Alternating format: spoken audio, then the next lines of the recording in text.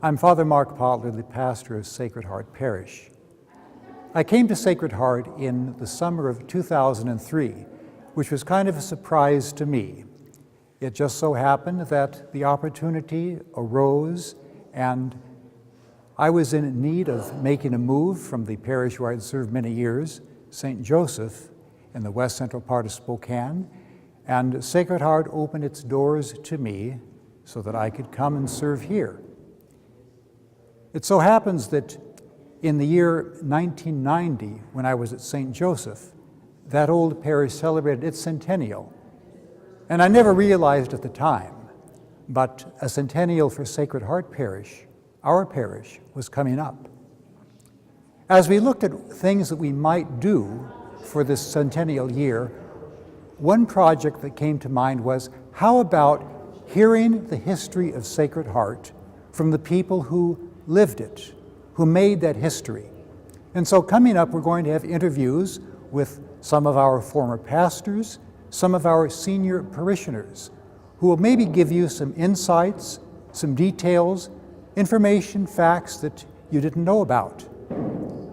Some of the history of Sacred Heart is looking at this video.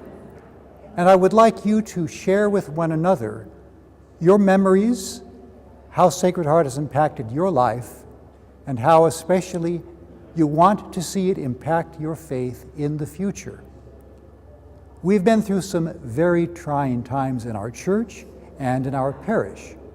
One of the most encouraging things I heard during this time was one of the parishioners who said, "Now we're down to the really solid core." We may be a smaller parish, but I also believe we are a stronger parish and a parish with great potential to do great things in this neighborhood. I thank you for giving your time and attention to watching this video, and I hope that it will be inspiring for you and for the next 100 years as Sacred Heart enters its second century. Thank you. Hi, my name's Michael Lynch, and I'm a parishioner here at Sacred Heart. Sacred Heart's been a part of my life for a long time. I was married by Father Joe Bell when he was a priest here. My children were baptized here, received First Communion and confirmation here. It's been very important to me, this church and the church family here. So when Father Mark asked me to help put together a DVD to celebrate the centennial, I was more than happy to help. The problem is there wasn't a whole lot of visual evidence, as the documentarians call it, from 100 years ago.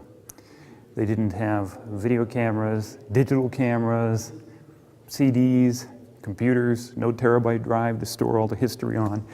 So with lack of visual evidence, we went to the people, parishioners, and some of the former priests, and we asked for their stories, their recollections, things they'd heard, what they knew, and what they'd heard from people before them. I really do hope that you find these stories insightful, like I did when I listened to them and put this all together.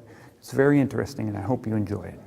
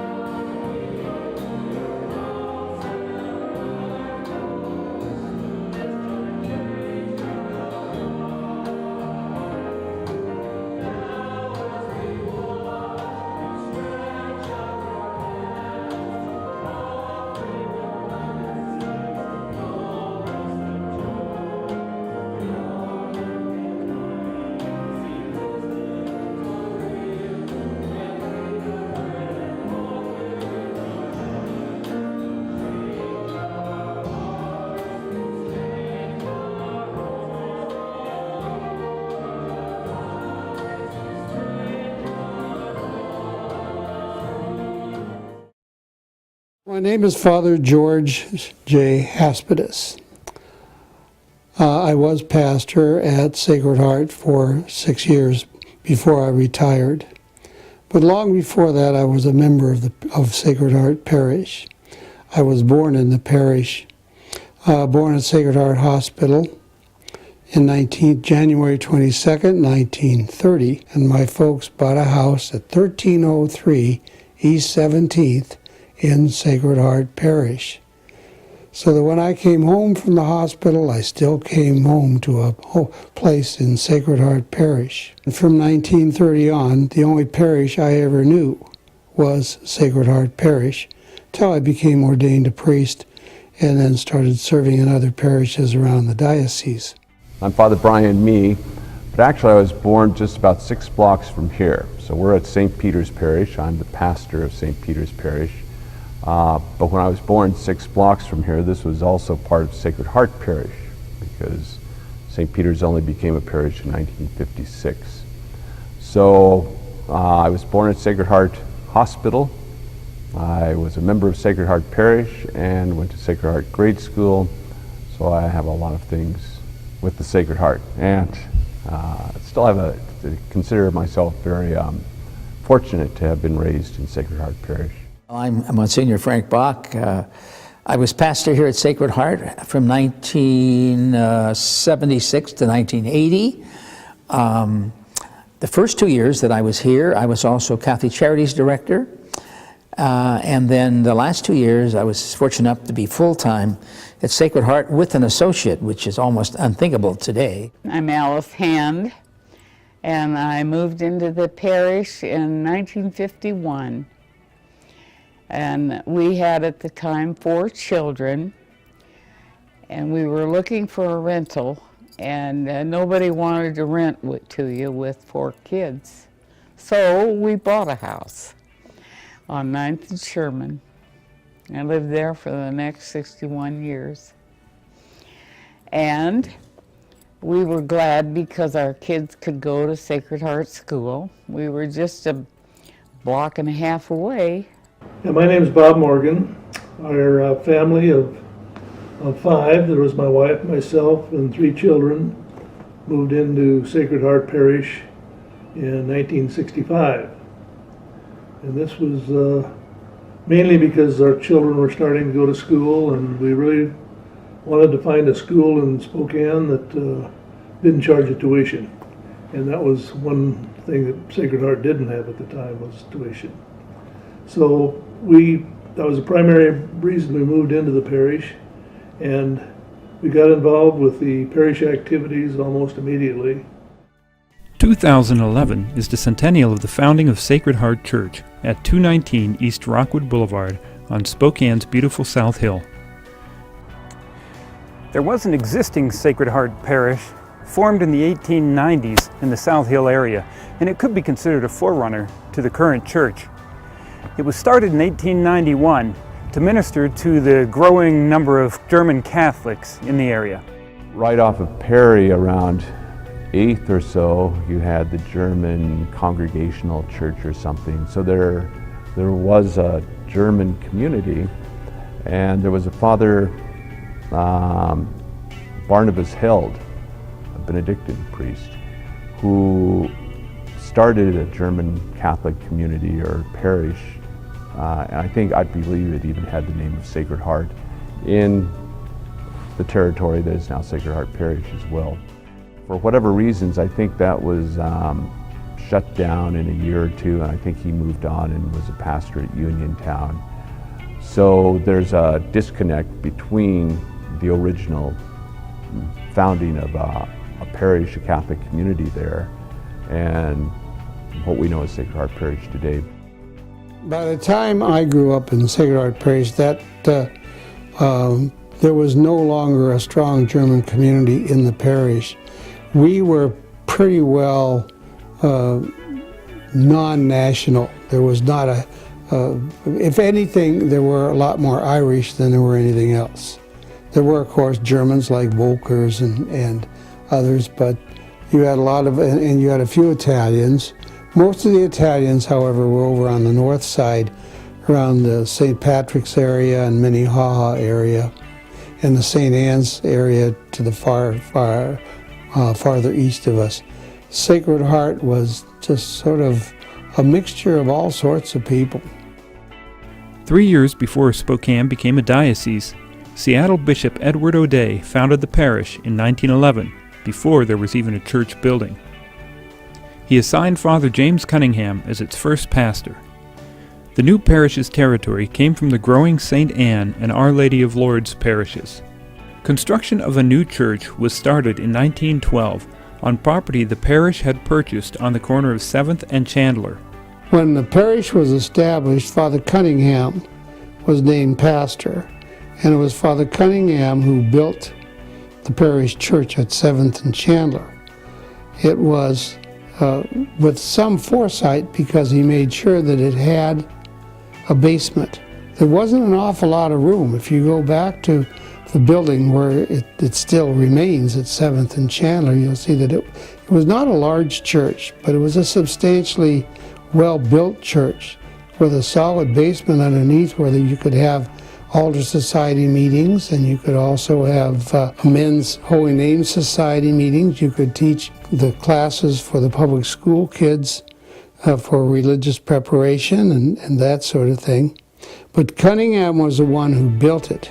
As you know, the old church is at 7th and Chandler, so it was right down in a neighborhood. And very much the Catholic Church, or the parish church, was a neighborhood church. And so much of the activity revolved around the church itself and around the school, even though the school was 3 blocks or so above where the church was. We had an altar society that was very active, and we put on roast beef dinners. Many of us worked peeling the potatoes and cooking the meal there in the school auditorium where we had the dinners. And the Altar Society tended to be very social. You know, teas and fashion shows and stuff like that. Mrs. Rakofsky did the laundry of the albs for the priests. She must have done them for over 30 years. My mother did all of the altar linens, the purificators, the corporals, the finger towels, all the little linen things that the priest used for the Mass. Mama would pick them up every Sunday and bring them back every Tuesday when she came for Tuesday evening novena devotions. She did it for 25 years. I loved his mother. She was the sweetest lady. Yeah, Father Haspidus and Father Pearson were both young men in our parish. I remembered them. Father Haspidus and I had a nice relationship. He was exactly 10 years younger than I. So I always told him he couldn't lie about his age because I knew how old he was. Community life was more common. Community life is more common then than it is now, because everything was it was bound in a neighborhood, so that not only was the church, as I said, kind of placed right in the neighborhood, but also the stores were right in the neighborhood. So people were out walking about more as well. I remember, but so many of the social activities and certainly the educational activities revolved around the parish and the school. So what I recall is a very tight-knit community.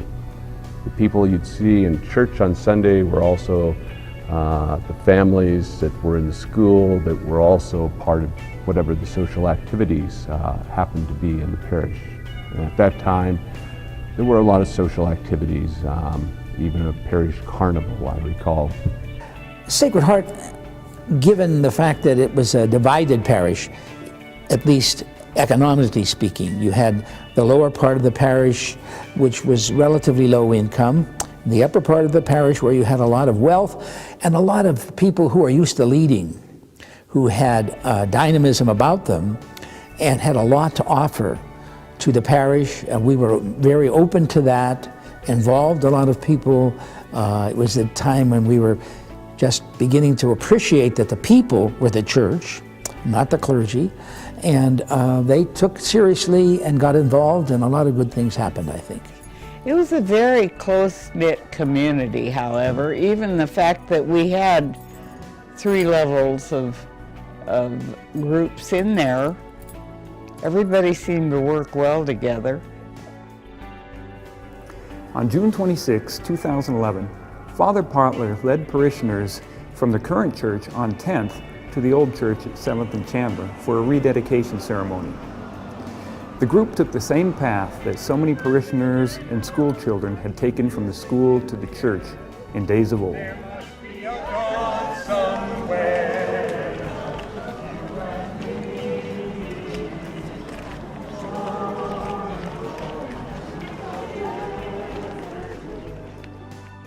You have given us bread from heaven.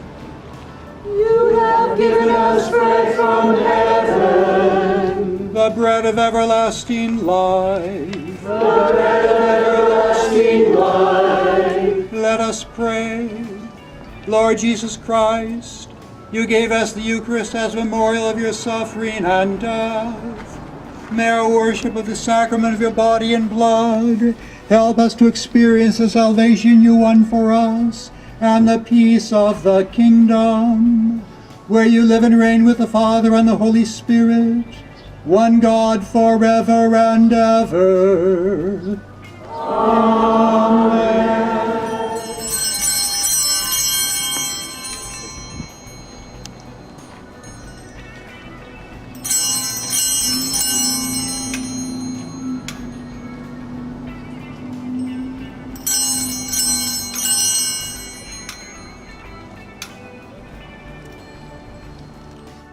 To commemorate the generations that have gone before us and the new generation of Sacred Heart parishioners now in our midst. Mary Lee Toney, a longtime part of this parish for whom this was her Sacred Heart Church at one time, and Evelyn Evelhart, one of our newest parishioners and a member of our pastoral council, will place a commemorative wreath honoring those who walked before us and inspiring those who continue the path of discipleship. So Evelyn and Mary Lee, if you would hang the wreath.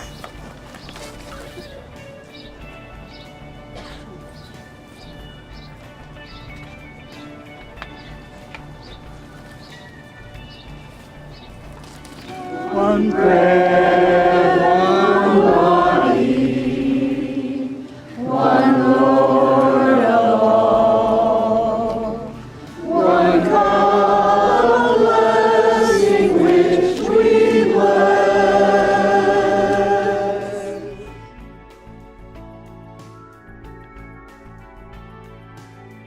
In 1919, Father Charles McAleer was assigned to the parish, and it was through his efforts that a parish school began operation in 1921. The most pressing need he saw for the parish was for a school. He came from Ireland, and Father McAleer was an educated man. He was a real gentleman in the best sense of the word, with a lot of class and a lot of sensitivity. And he went out to build that school. For the first year, 2 Holy Name sisters traveled across town twice a day to teach in 2 classrooms located here in the basement of the church. And they came over by streetcar. Now their rule said that they had to be with the community for their meals. So that meant that they had breakfast at Holy Names, took the streetcar downtown, transferred to another one to come up to Sacred Heart, taught the morning classes, got on the streetcar, went back to Holy Names, had lunch, came back to Sacred Heart, taught the afternoon classes, then had to go back to Holy Names.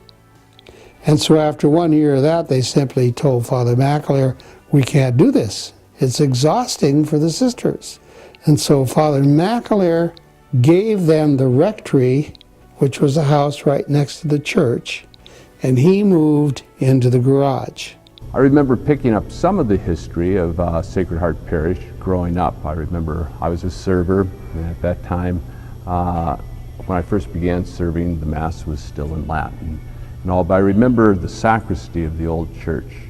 And one day, just before Mass, sitting back there, I think Pat Hurley, who was a classmate, was the other server, and he pointed out to the garage that this old, if I recall, it was kind of a rock structure, rock garage, that was out behind the church. And he said, that's where the priest used to live.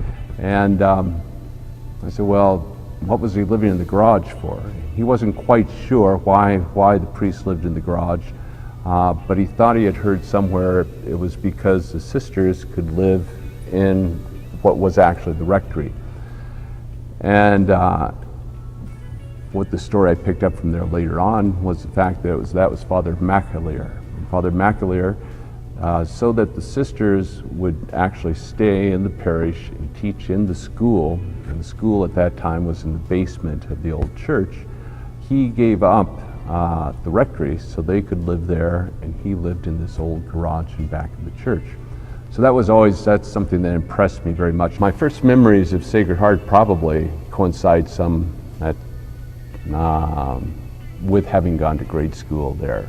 So even though I was baptized at Sacred Heart Parish, and I probably have some vague memories of going to church there, it was beginning Sacred Heart School as a first grader.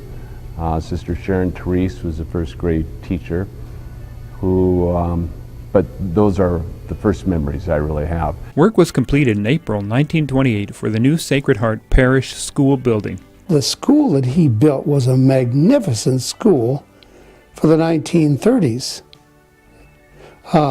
It not only had classrooms, it had an auditorium with a stage, it had a lunchroom, it had a kitchen, it had an art room, it had a library, it had music rooms for the kids who wanted to learn piano and violin and things like that.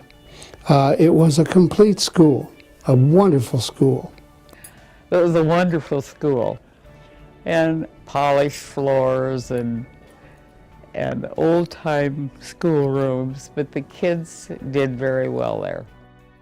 Father Oakley F. O'Connor served from 1929 to 1950 and is the church's longest-serving pastor.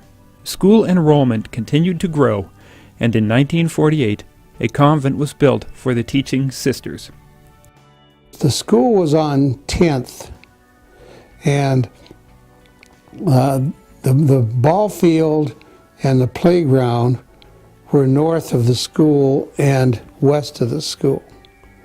And we owned all the way down to 9th. And it was on that corner of 9th and Cowley that they built the convent. But the sisters were the ones that kind of were the backbone of the parish. When I was in grade school at Sacred Heart, there were only 2 lay teachers, Mrs. McAndrews and Mrs. Gonder, and all the rest were Holy Name sisters. And they were the ones that, of course, you'd see every day. So I could go through and name all my my grade school teachers, all the sisters. So they had they were very influential in the life of the parish, and especially in the life of the kids in the Catholic school. The oldest boy started in the 2nd grade. He had his first year at the Lourdes, and came home the first day and said, "Mom, Sister Veronica is 75 pounds of dynamite." He had the principle pegged right from the beginning. The parish population grew so large between 1950 and 1956 that 2 new parishes, Our Lady of Fatima and St. Peter's, were formed, with some territory taken from the existing Sacred Heart Parish. You know, after the war, a lot of people moved into Spokane. People who had served in the military out at Farragut or out at Fairchild, they came, got married, started families here, and they started to live in suburbia. They had a little more income, a little more means, so they didn't have to live, not that we have a ghetto in Spokane, but at least the suburbs started to expand. And on the north side, we had two parishes starting, Assumption and St. Thomas More. And on the south side, because of the expansion, I think it was, that St. Peter's and Our Lady of Fatima. St. Augustine's and Sacred Heart were the two main parishes on the South Hill. St. Anne's was going downhill because they'd built the freeway through it. And so a lot of the houses around 2nd, 3rd, 4th, 5th, and across Sprague that were once part of St. Anne's were just becoming empty shells because who wants to live next to a freeway? So the population of St. Anne's was going down. But the population above St. Anne's, when you start talking about 9th, 10th, 11th, and then start going up to 25th, 29th, and all that area, that started growing. Fatima had a lot of the new homes and young families. Our parish stayed pretty much the same because of its location and everything. And then St. Peter's also was a part of the development toward the east. So what they did is that's what they took some of St. Augustine's and some of Sacred Heart and put that together for Fatima. Our Lady of Fatima started actually just a year before I came to the diocese in 1955, I think it was. Father Dave Rossage was the first pastor there. To reward Rossage for all of his hard, patient work as an associate, he was made the pastor of Fatima. And it was Bishop Topol who made that appointment. Well, see, Bishop Topol was an academic. He taught in college. He didn't know the politics of the parish priest because appointments were supposed to be made first and foremost on seniority. How long had you been a priest? Then how good an administrator and all the rest. But seniority was the main thing. Well, Rossage did not have seniority. Father Armand Laverdier down at Sacred Heart Parish in Pullman had seniority, and he was a really popular priest among the other priests. So when Rossage was named pastor of Fatima, the older priests en masse went to Bishop Topol and said, you broke the rules. So Bishop Topol, to kind of resolve the problem, decided to create another parish as well, and he did that by slicing off part of Sacred Heart and perhaps part of what St. Augustine or St. Our Lady of Fatima would have been, and part of St. Anne's, and that created St. Peter's Parish.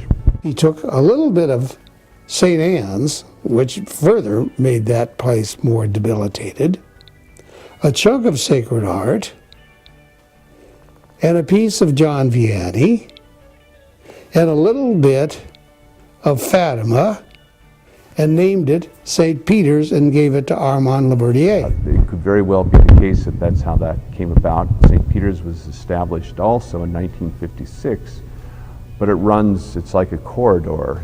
It's very narrow, running, north to south. To this day, it's a very awkward parish because it only extends from Crestline over to Fancher, but from 8th all the way out to Valley Ford. So you got this great big long narrow parish. The decision to build the new church came in the 1960s. A committee was formed in 1967, and a fund drive began in January 1968. Father Sadlowski was a priest at that time, And shortly after we got started, why Father Laverdier came. And Father Laverdier was really thought a lot of the idea of building a new church, because we had a pretty rundown church down that we eventually sold to St. Luke's. The church is still standing down there, and we've got underway. A number of the parishioners, the men in the parish, decided we'd put together a deal and see if we couldn't go to the bishop for some money. We made a presentation, and he eventually gave us a loan for $500,000 at 5% interest or thereabouts. And this is the first time in the history of the diocese that I know of that they'd ever loan money for bricks and mortar. But anyway, we went about it. We bought a couple of lots that had small houses on them and built the church right next to what was then the Sacred Heart grade school. And we didn't have any idea how we were going to pay it back, but we did put together a drive and got a professional help. And the drive was strictly for the purpose of building the new church. And we raised a lot of money during that time. As a matter of fact, the last time I saw Father Sidlowski was when he came to the dedication of the new Sacred Heart Church.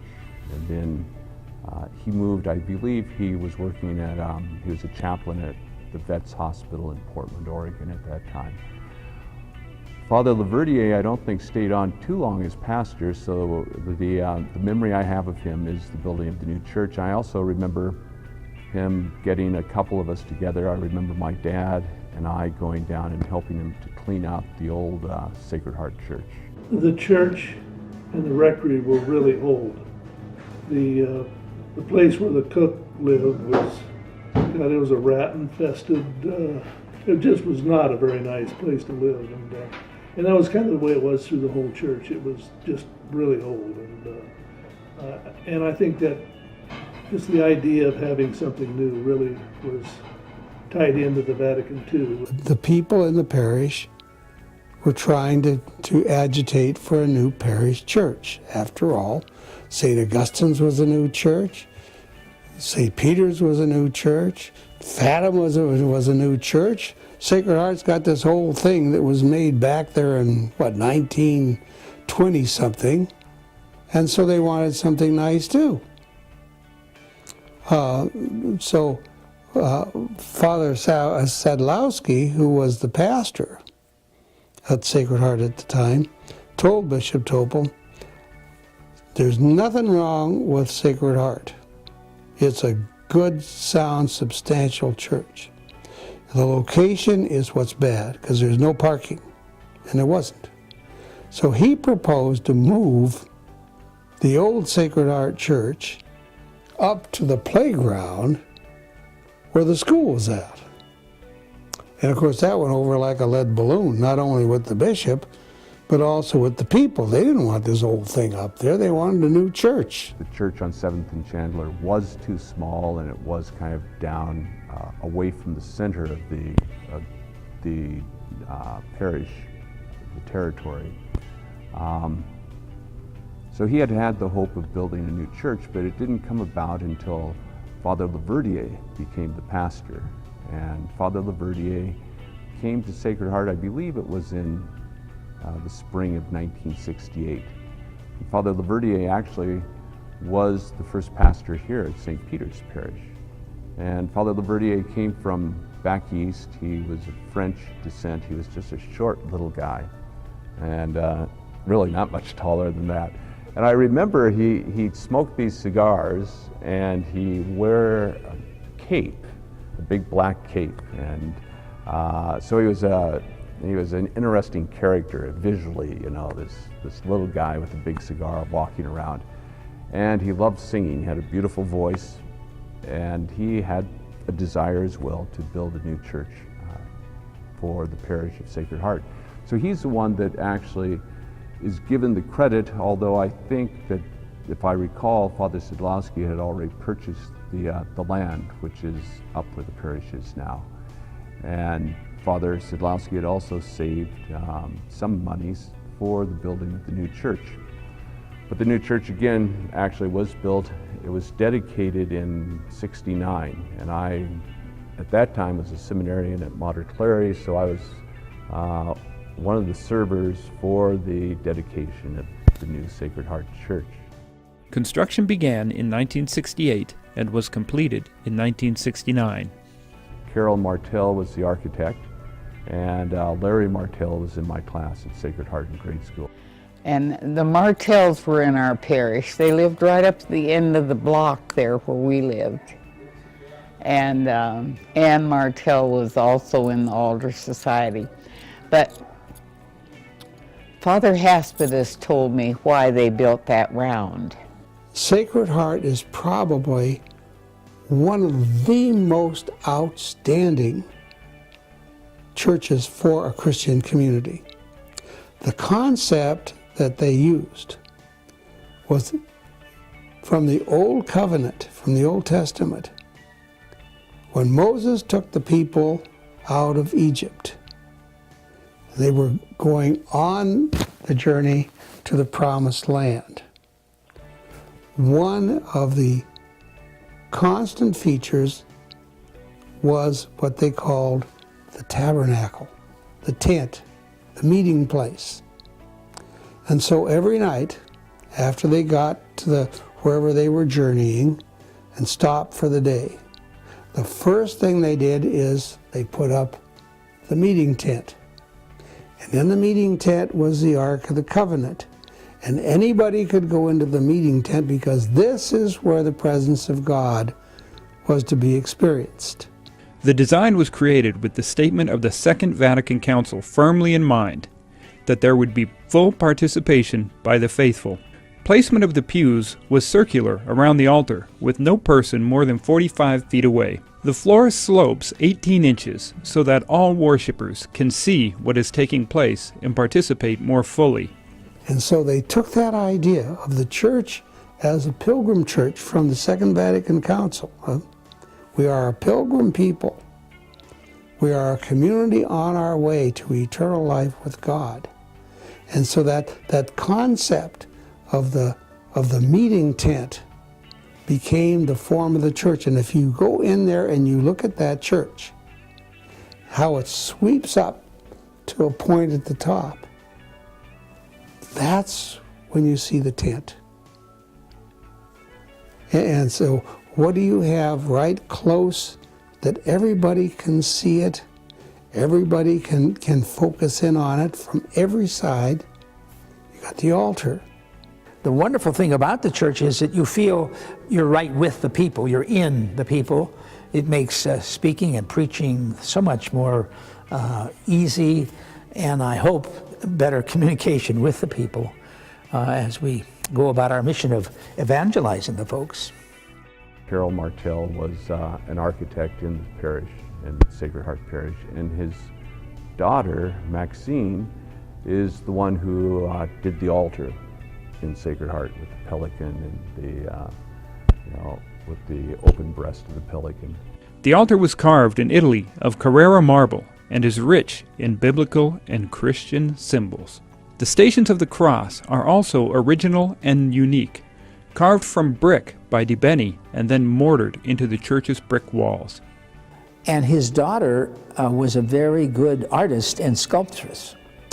And in addition to designing the building, together they also designed the stations and the baptismal design that have impressed so many people because it looks like they've been sculptured into the brick.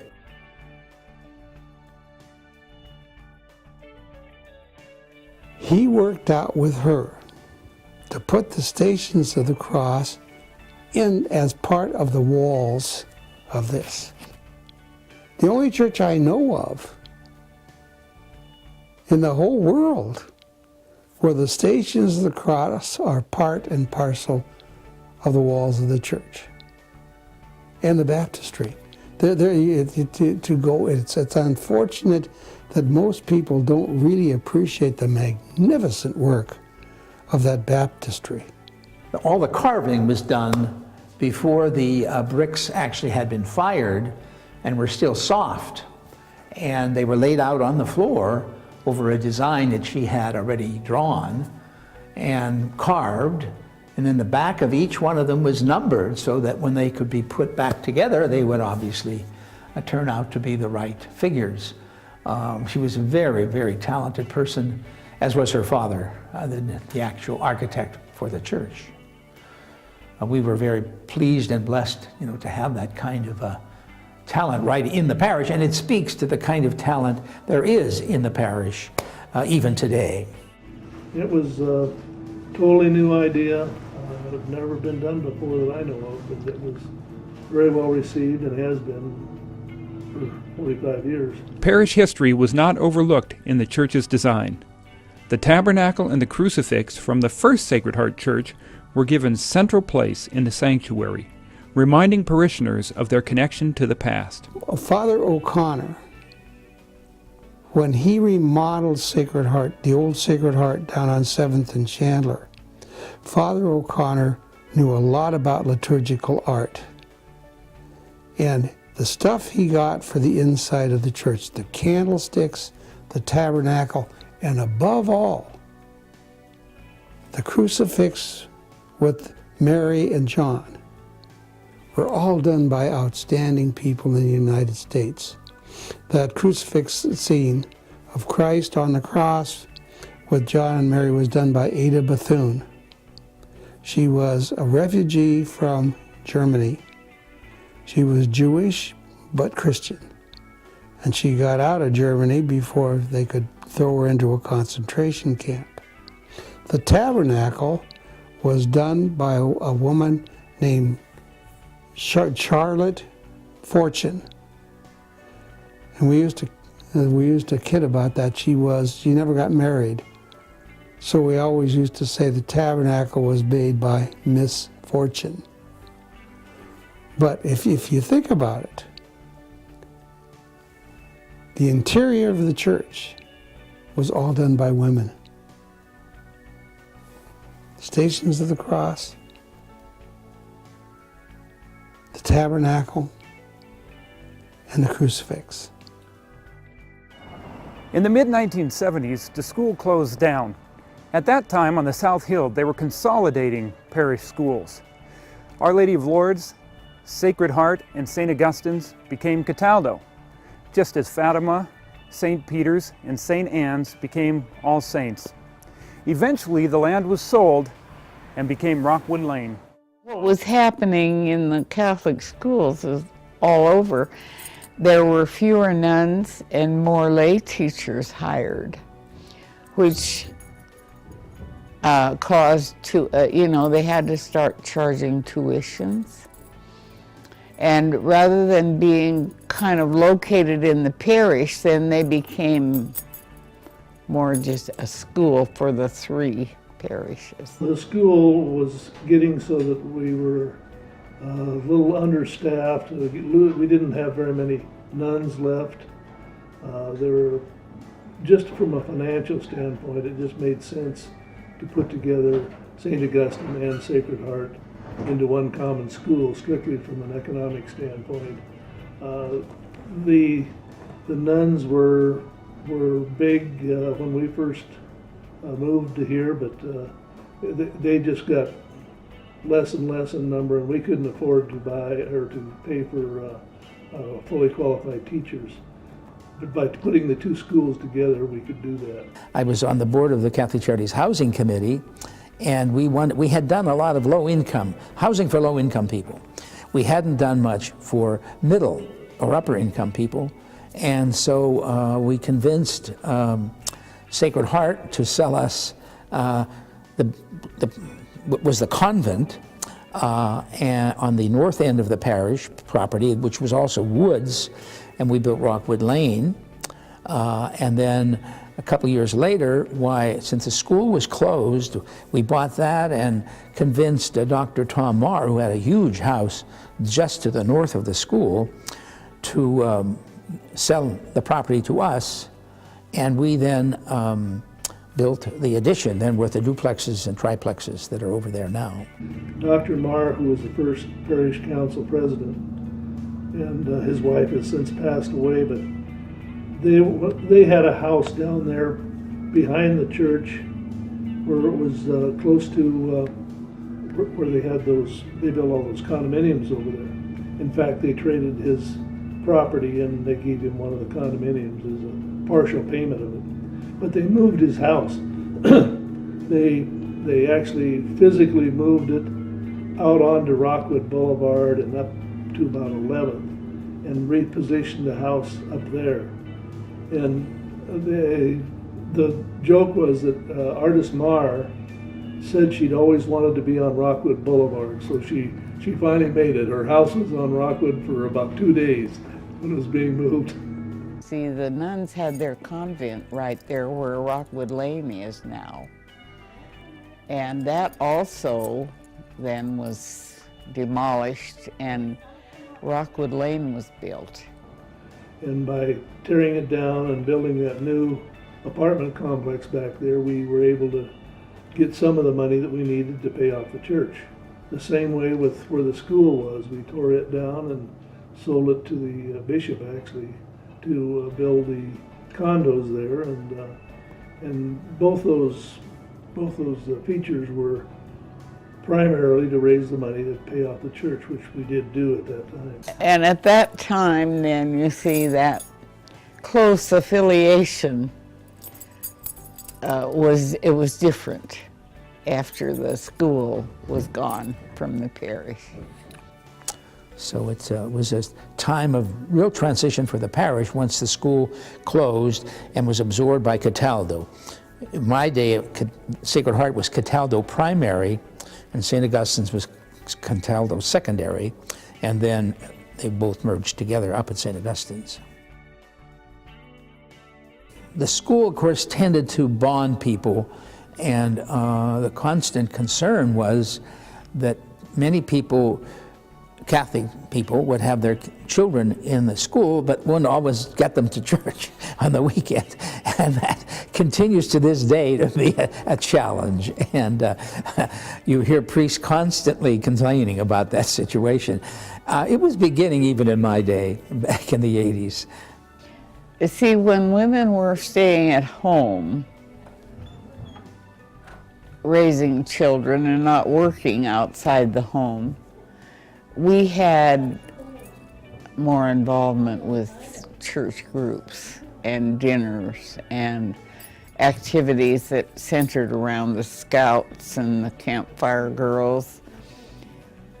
And we had troops of those, you know, with the school.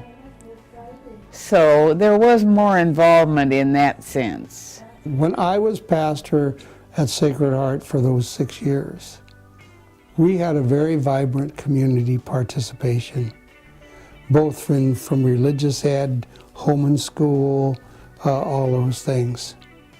The Second Vatican Council did not give us structures that we had to develop. It gave us a perception.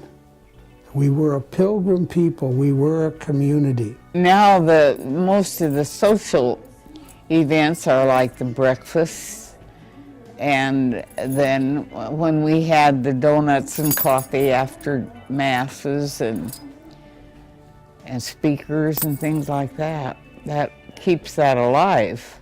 I've always been impressed by the willingness of the people here at Sacred Heart to come forward and to volunteer, to be willing to be involved.